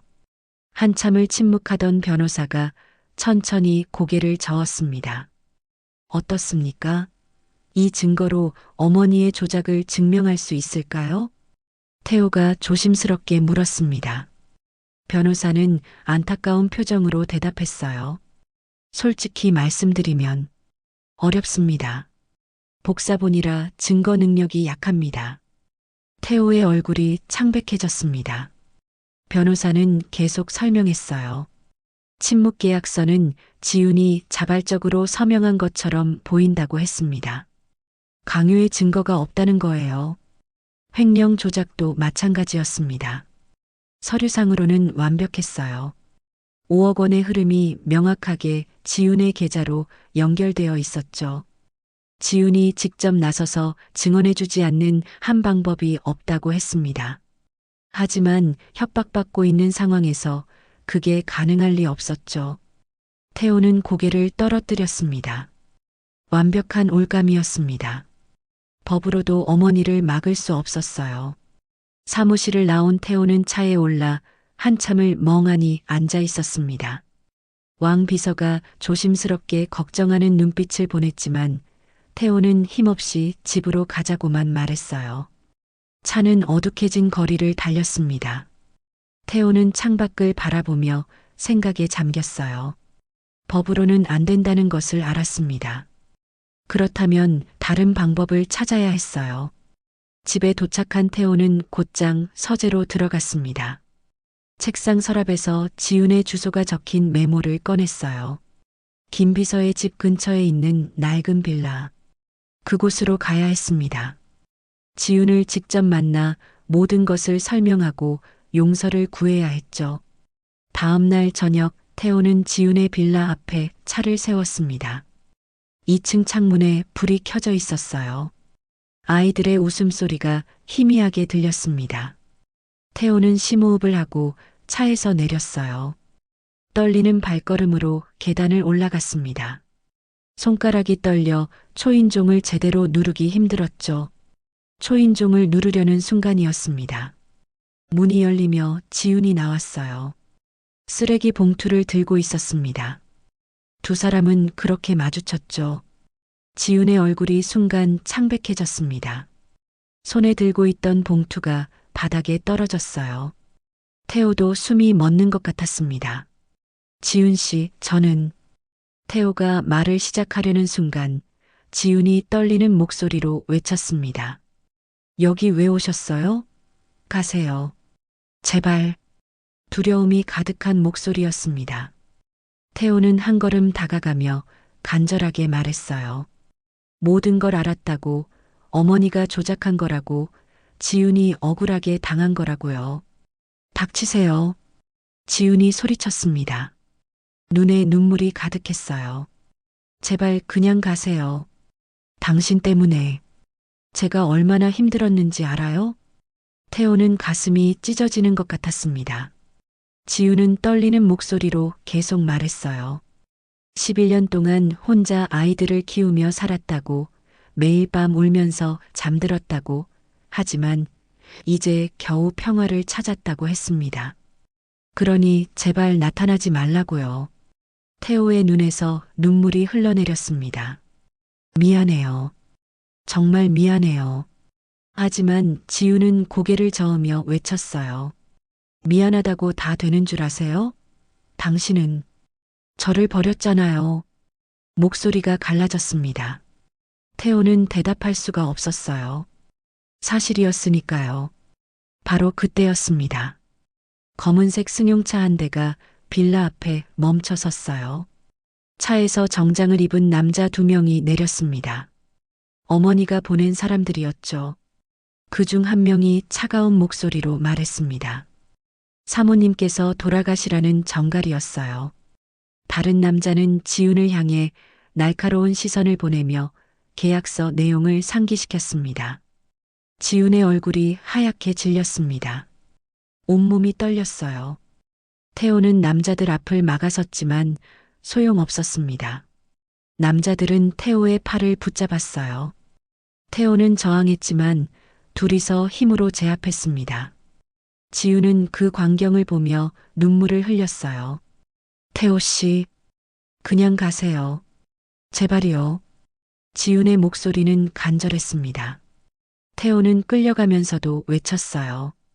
기다려요. 반드시 방법을 찾을게요. 하지만 지우는 고개를 돌렸습니다. 문을 닫고 안으로 들어갔어요. 태호는 차에 실려 강제로 끌려갔습니다. 차 안에서 태호는 주먹으로 좌석을 쳤어요. 분노와 절망이 폭발했습니다. 모든 것을 잃은 기분이었어요. 지훈도 아이들도 행복도 모두요. 집에 도착하자 어머니가 거실에 앉아 기다리고 있었습니다. 차가운 눈빛으로 태호를 쳐다보았어요. 경고했을 텐데 왜 그 여자한테 갔냐고 물었습니다. 태호는 무릎을 꿇었습니다. 어머니 앞에서요. 태어나서 처음이었어요. 떨리는 목소리로 애원했습니다. 제발이요. 지훈이랑 아이들만은 건드리지 마세요. 어머니는 차갑게 웃으며 일어나라고 했습니다. 꼴 보기 싫다고요. 그리고 냉정하게 선언했어요. 내일부터 보육원 후원은 중단이라고, 그리고 지훈도 해고시키겠다고 했습니다. 태호는 고개를 들며 물었습니다. 왜 이러세요? 왜 이렇게까지 하시는 겁니까? 어머니는 차갑게 대답했어요. 태호가 정신 차릴 때까지라고, 그 여자를 완전히 잊을 때까지라고요. 어머니는 일어나 방으로 들어갔습니다. 태호는 거실 바닥에 주저앉았습니다. 완전히 무너졌어요. 법도 소용없고 어머니의 힘은 절대적이었습니다. 지우는 자신을 거부했고 아이들은 여전히 아버지를 모르고 있었죠. 태호는 두 손으로 얼굴을 감쌌습니다. 눈물이 쏟아졌어요. 이제 정말 끝인 것 같았습니다. 모든 것을 잃었습니다. 희망조차도요. 사흘 동안 태호는 집 밖으로 나오지 않았습니다. 서재에 틀어박혀 아무것도 하지 않았어요. 밥도 제대로 먹지 않았고 잠도 거의 자지 못했습니다. 왕 비서가 몇 번이나 문을 두드렸지만 태호는 대답조차 하지 않았어요. 완전히 무너진 상태였습니다. 사흘째 되는 날 밤 태호는 서재 창가에 서서 밖을 바라보고 있었습니다.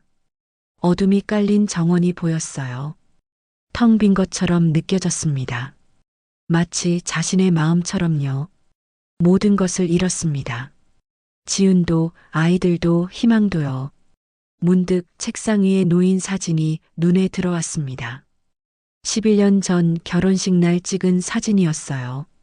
행복하게 웃고 있는 지훈과 자신의 모습. 태호는 사진을 들고 한참을 바라보았습니다. 눈물이 또 흘러내렸어요. 정말 끝인 걸까? 태호는 중얼거렸습니다. 이대로 포기해야 하는 걸까요?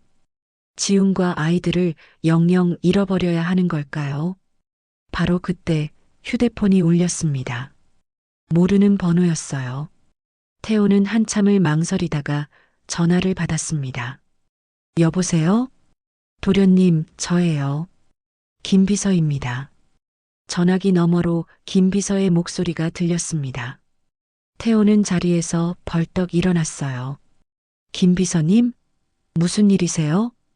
도련님, 지금 당장 제 집으로 오실 수 있으세요? 중요한 걸 찾았어요. 김비서의 목소리에는 긴박함이 섞여 있었습니다. 태호는 망설임 없이 대답했어요. 지금 바로 가겠습니다.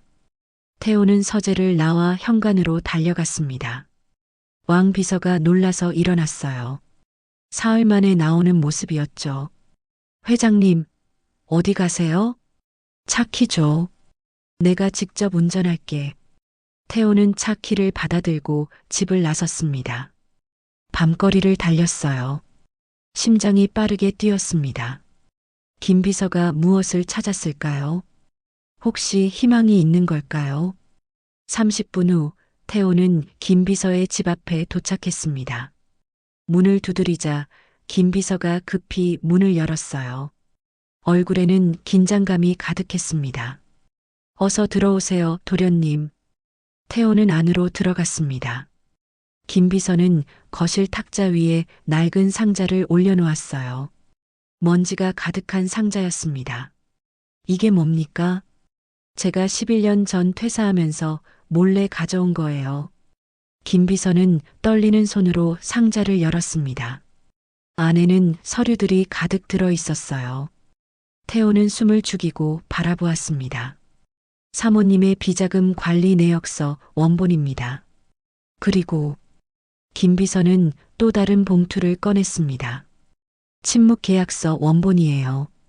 지훈 씨가 서명하기 전 초안도 있어요. 태호는 떨리는 손으로 서류들을 받았습니다. 침묵 계약서 초안을 펼쳐보았어요. 거기에는 어머니의 필체로 빼곡하게 메모가 적혀 있었습니다. 협박 조항 추가, 증거 조작 완료, 변호사 매수 완료. 모든 것이 명백했어요. 이건 결정적인 증거잖아요. 태호의 목소리가 떨렸습니다. 김 비서는 고개를 끄덕였어요. 네. 이것만 있으면 사모님의 범죄를 증명할 수 있어요. 태호는 서류를 꽉 움켜쥐었습니다. 가슴이 두근거렸어요. 희망이 보였습니다. 드디어 어머니의 조작을 증명할 증거를 찾은 거예요. 왜 이제야 주시는 겁니까? 태호가 물었습니다. 김 비서는 깊은 한숨을 쉬었어요. 겁이 났어요. 사모님이 무서웠죠. 하지만 며칠 전 도련님이 끌려가시는 걸 봤어요. 김 비서의 눈에 눈물이 맺혔습니다. 그때 깨달았어요. 이대로는 안 되겠다고. 도련님과 지훈 씨, 그리고 아이들이 너무 불쌍했어요. 태호는 김 비서의 손을 꽉 잡았습니다. 고맙습니다. 정말 고맙습니다.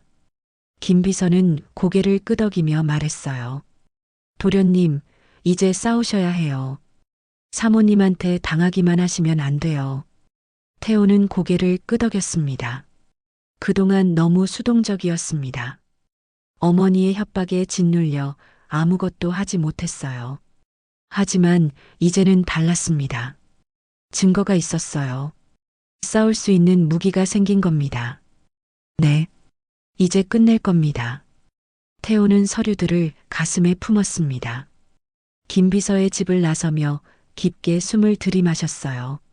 차가운 밤 공기가 폐를 채웠습니다. 머리가 맑아지는 기분이었죠. 차에 올라 핸들을 잡았습니다. 하지만 집으로 가지 않았어요. 다시 변호사 사무실로 향했습니다. 밤늦은 시간이었지만 상관없었어요. 변호사에게 긴급 연락을 취했습니다. 내일 아침 제일 먼저 만나자고 했죠. 차를 몰며 태호는 생각했습니다. 이제 본격적으로 싸움이 시작될 것입니다. 어머니를 상대로 한 전쟁이에요. 쉽지 않을 겁니다. 어머니는 막강한 권력과 재력을 가지고 있었죠. 하지만 태호에게는 진실이 있었습니다. 그리고 지훈과 아이들을 지키고 싶은 간절함이 있었어요. 신호등의 차가 멈췄습니다. 태호는 백미러로 자신의 얼굴을 보았어요. 사흘 동안 제대로 씻지도 못해 초췌한 얼굴이었습니다. 하지만 눈빛만은 달랐어요. 절망에 빠져 있던 눈빛이 아니었습니다. 결연한 의지로 빛나고 있었죠. 기다려줘, 지훈아. 태호는 중얼거렸습니다. 신호등이 바뀌었어요. 태호는 엑셀을 밟았습니다. 차는 어둠을 가르며 앞으로 나아갔죠. 이제 후퇴는 없었습니다. 오직 앞으로만 나아갈 것입니다. 지훈과 아이들을 되찾기 위해, 그리고 어머니의 범죄를 밝히기 위해요. 태호의 가슴 속에는 새로운 불꽃이 타오르고 있었습니다. 절망에서 다시 일어선 사람의 의지였어요. 포기하지 않을 것입니다. 끝까지 싸울 것입니다. 그것이 태호가 할 수 있는 마지막 선택이었죠. 밤하늘에는 별이 빛나고 있었습니다. 태호는 그 별빛을 보며 다짐했어요. 반드시 이길 거라고. 지훈과 아이들에게 돌아갈 거라고. 그리고 어머니의 죄를 세상에 알릴 거라고요. 다음 날 아침 7시, 태호는 변호사 사무실에 앉아 있었습니다. 밤새 한숨도 자지 못했지만 눈빛만은 또렷했어요. 책상 위에는 김 비서가 준 서류들이 펼쳐져 있었습니다. 변호사는 하나하나 꼼꼼히 검토하고 있었죠. 한참 후 변호사가 고개를 들었습니다. 얼굴에는 놀라움과 확신이 동시에 떠올라 있었어요. 결정적인 증거라고 했습니다. 원본 서류에 어머니의 필적까지 있으니 법정에서 충분히 통한다고요. 침묵계약서 초안을 가리키며 설명했어요. 어머니가 직접 쓴 메모들이 명백한 범죄 의도를 증명한다고 했습니다. 비자금 관리 내역서도 마찬가지였어요. 5억 원의 흐름이 어머니의 계획대로 조작되었다는 게 확실하게 드러났죠. 태호가 앞으로 어떻게 해야 하는지 물었습니다. 변호사는 잠시 생각하더니 대답했어요. 먼저 지훈을 보호해야 한다고 했습니다. 이 증거를 공개하면 어머니가 바로 반격할 테니까요. 태호는 고개를 끄덕였습니다. 지훈의 안전이 최우선이었어요. 변호사는 계속 설명했습니다.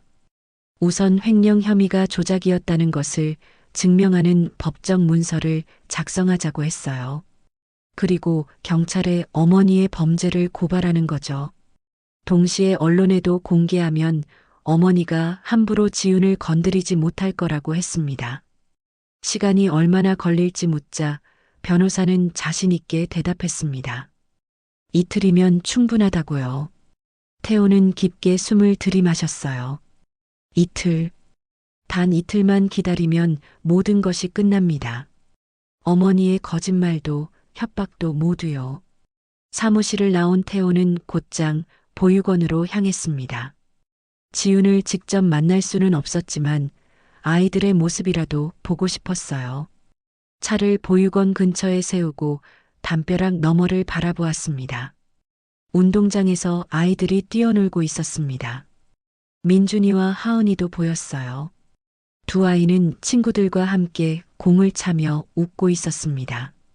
태호는 그 모습을 보며 미소 지었어요. 가슴이 따뜻해졌습니다. 속으로 중얼거렸습니다. 조금만 기다리라고, 곧 아빠가 곁에 가겠다고요. 그때 마 경비원이 다가왔습니다. 또 왔냐며 수상한 놈이라고 소리쳤어요. 경비원은 태호를 알아보고 눈을 부라렸습니다. 태호는 황급히 손을 들어 보이며 변명했지만 소용없었어요. 경비원이 계속 어슬렁거리면 신고하겠다고 위협했습니다. 태호는 어쩔 수 없이 차로 돌아갔어요. 경비원의 잔소리가 뒤에서 들려왔지만 태호는 웃음이 나왔습니다. 며칠 전만 해도 절망에 빠져 있었는데 지금은 웃을 수 있었으니까요. 다음 날 태호는 회사에서 평소처럼 업무를 보았습니다.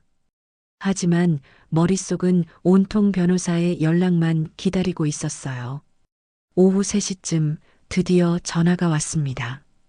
변호사의 목소리는 차분했지만 확신에 차 있었어요. 준비가 끝났다고 했습니다.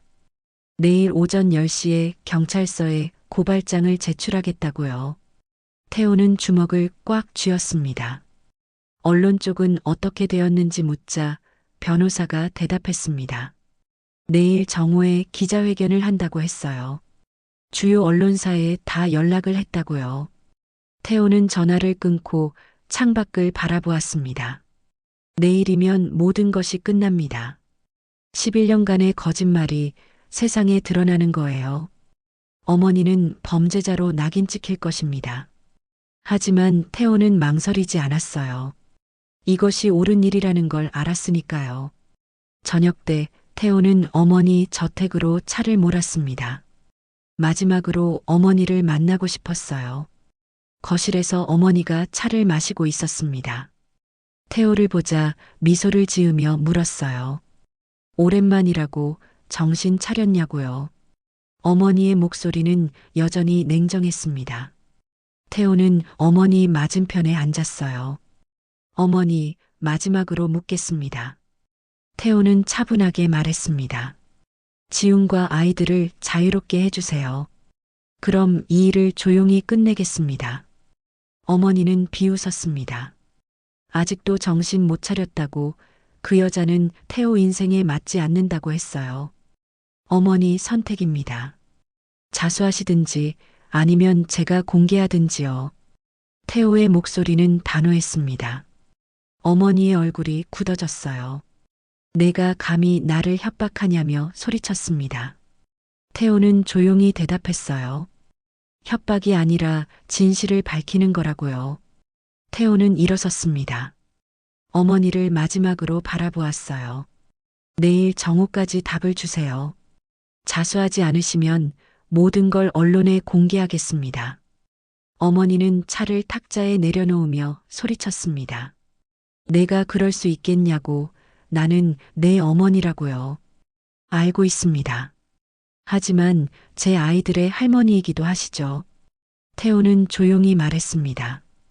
어머니는 말문이 막혔어요. 태호는 몸을 돌려나갔습니다. 집으로 돌아온 태호는 서재에 앉아 지훈의 사진을 꺼내 보았습니다. 11년 전 행복했던 그때의 모습. 내일이면 다시 지훈을 만날 수 있을까요? 아이들을 안아볼 수 있을까요? 태호는 사진을 가슴에 안았습니다. 눈물이 흘러내렸어요. 하지만 이번엔 절망의 눈물이 아니었습니다. 희망의 눈물이었죠. 11년 만에 처음 느껴보는 진짜 희망이었습니다. 밤은 깊어갔지만 태호는 잠들지 않았습니다. 내일을 기다리며 창밖을 바라보았어요. 동이 트기 시작했습니다. 새로운 날이 밝아오고 있었죠. 진실이 드러날 날이었습니다. 다음 날 정오, 서울 시내 한 호텔 컨퍼런스룸에는 수십 명의 기자들이 모여 있었습니다. 카메라 플래시가 끊임없이 터졌어요. 단상 위에는 태호와 변호사, 그리고 김 비서가 앉아 있었습니다. 태호는 마이크 앞에 섰습니다. 손에는 증거 서류들이 들려 있었어요. 심호흡을 하고 입을 열었습니다. 안녕하십니까? JT그룹 강태호입니다. 기자회견이 시작되었습니다. 태호는 차분하게 말했어요. 11년 전 이혼이 어머니의 조작이었다는 것, 전 부인 서지훈 씨가 억울하게 협박받았다는 것, 모든 증거가 여기 있다는 것을 밝혔습니다. 기자들이 술렁였어요. 카메라 플래시가 더욱 강렬해졌습니다. 변호사가 일어나 증거 서류들을 공개했습니다. 침묵계약서 원본, 비자금 관리 내역서, 어머니의 필적이 담긴 메모들, 모든 것이 명백했어요. 기자들은 연신 사진을 찍고 질문을 쏟아냈습니다. 기자회견이 끝나고 1시간 후 경찰이 어머니 저택에 도착했습니다. 태호도 함께 갔어요. 거실에서 어머니는 텔레비전으로 기자회견 뉴스를 보고 있었습니다. 얼굴이 창백했어요. 경찰이 영장을 제시했습니다. 어머니는 말없이 일어섰어요. 태호를 바라보았습니다. 분노도 원망도 아니었습니다. 그저 텅 빈 눈빛이었죠. 태호야. 어머니가 작게 불렀습니다. 태호는 고개를 숙였어요. 어머니, 죄송합니다. 하지만 이게 옳은 일이에요. 어머니는 쓸쓸하게 웃었습니다. 경찰에게 손목을 내밀었어요. 수갑이 채워졌습니다.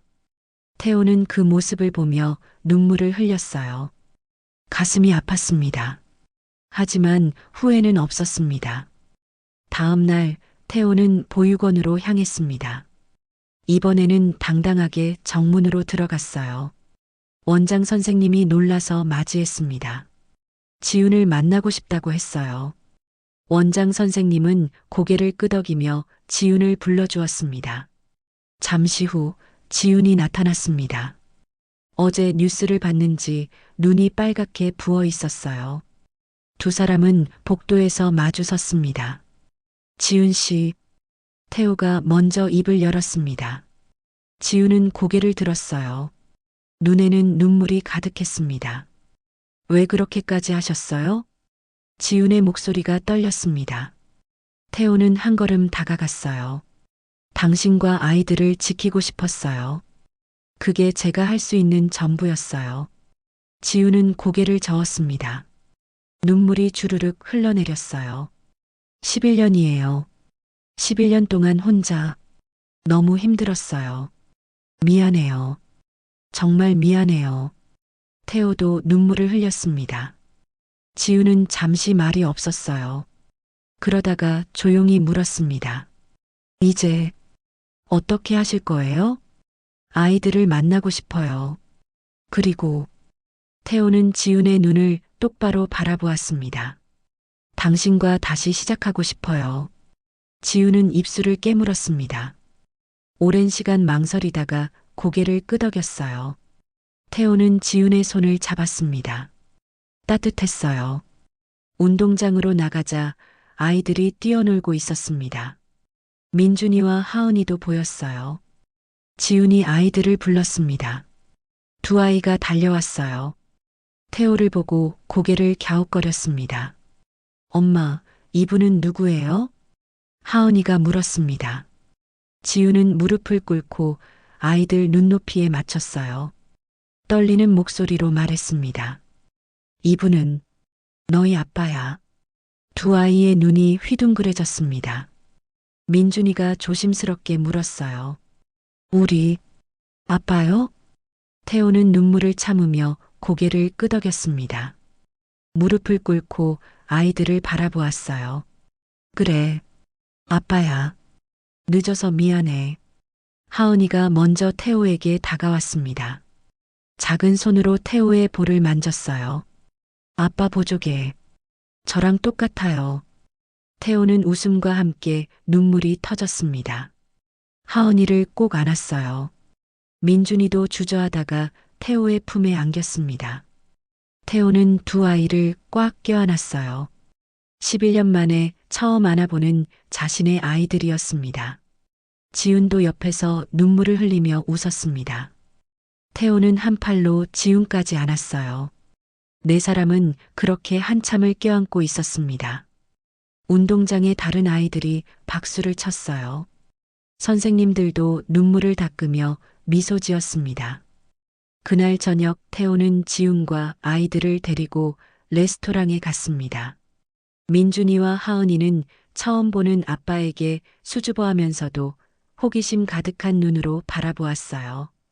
태호는 아이들의 질문에 하나하나 대답해줬습니다. 11년 동안 못해준 이야기들을 쏟아냈죠. 식사를 마치고 나올 때 민준이가 태호의 손을 잡았습니다. 작은 손이 따뜻했어요. 하은이는 지훈의 손을 잡고 있었습니다. 네 사람은 손을 잡고 거리를 걸었어요. 평범하지만 행복한 가족의 모습이었습니다. 한 달 후 법원에서 어머니의 재판이 열렸습니다. 태호는 증인으로 출석했어요. 어머니는 모든 혐의를 인정했습니다. 마지막 최후 진술에서 어머니는 태호를 바라보며 말했어요. 미안하다고, 잘못했다고, 손자들을 꼭 한번 보고 싶다고요. 태호는 고개를 끄덕였습니다. 언젠가는 기회를 주겠다고 마음먹었어요. 하지만 지금은 아니었습니다. 어머니가 죗값을 치르고 진심으로 참회한 후에요. 3개월 후 태호와 지우는 조용히 재혼식을 올렸습니다. 보육원 아이들과 선생님들이 모두 참석했어요. 민준이와 하은이가 반지를 전달하는 역할을 맡았습니다. 두 아이는 자랑스럽게 웃으며 부모에게 반지를 건넸어요. 식이 끝나고 태호는 지훈의 손을 잡았습니다. 11년 전에도 이렇게 손을 잡았었죠. 하지만 이번에는 달랐습니다. 더 단단하고 더 진실했어요. 행복하게 해줄게요. 태호가 속삭였습니다. 지우는 미소 지으며 대답했어요. 우리 함께 행복하게 살아요. 민준이와 하은이가 부모에게 달려왔습니다. 태호는 두 아이를 번갈아 안아 올렸어요. 지훈이 옆에서 웃으며 바라보았습니다. 가족이 함께 웃었어요. 진짜 가족으로 다시 만난 것입니다. 저녁 노을이 아름답게 물들고 있었습니다. 네 사람의 그림자가 길게 드리워졌어요. 11년의 고통이 끝나고 새로운 시작이 펼쳐지고 있었습니다. 행복한 가족의 새로운 이야기가 이제 막 시작되는 것입니다.